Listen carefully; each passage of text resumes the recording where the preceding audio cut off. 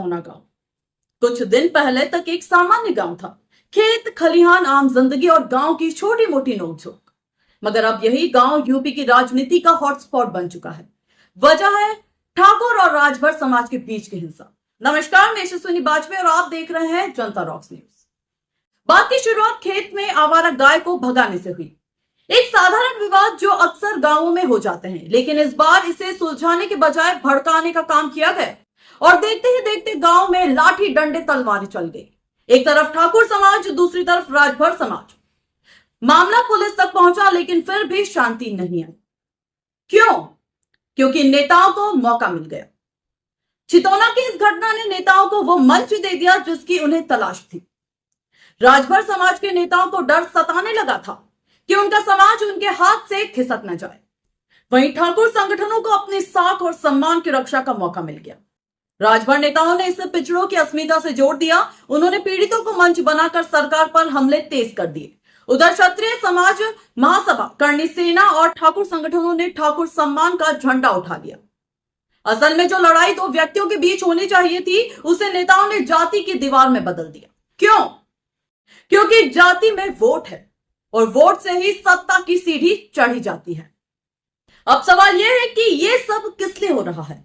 2027 का विधानसभा चुनाव तो दूर है, उससे पहले ग्राम पंचायत चुनाव है और यूपी की राजनीति में गांव ही असली जमीनी मैदान है। अगर जातियों में ध्रुवीकरण अभी से नहीं हुआ तो चुनावी समीकरण साधना मुश्किल हो जाएगा। इसलिए नेताओं ने चालाकी से इस घटना को जातीय रंग दिया।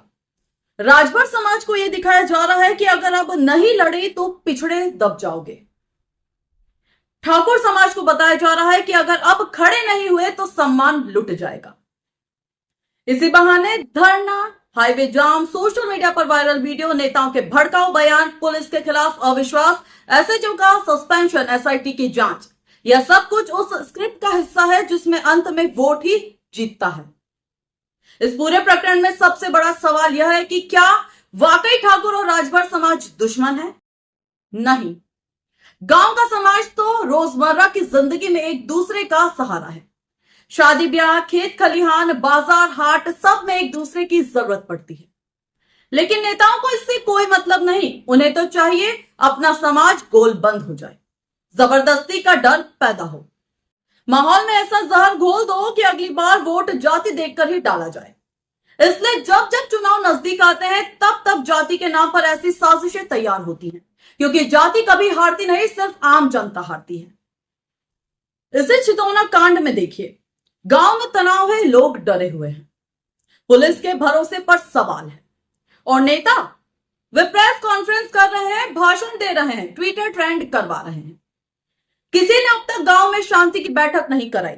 किसी ने दोनों समाजों को एक मंच पर लाकर नहीं पूछा कि भाई आपस में क्यों लड़ रहे हो, क्योंकि अगर शांति हो गई तो नेताओं का धंधा बंद हो जाएगा। इसलिए यह लड़ाई अब समाज की नहीं, चुनाव की हो गई है और वोटर यानी आम जनता, वो आज भी ठगा जा रहा है। शायद इसलिए कहा जाता है जब जब चुनाव आते हैं तब तब जाति याद आ जाती है और चुनाव खत्म होते ही जाति का इस्तेमाल करने वाले नेता बड़े बंगलों में घुस जाते हैं और गांव वहीं का वहीं रह जाता है, टूटा बिखरा डरा हुआ। अब फैसला आपका है। आप जाति में बटकर राजनीति की रोटियां सेकने देंगे या खुद अपनी आंखें खोलेंगे, क्योंकि इस बार अगर न चेते तो अगला नंबर आपके गांव का भी हो सकता है। आपके क्या विचार हैं? जनता रॉक्स को कमेंट करके जरूर बताएं।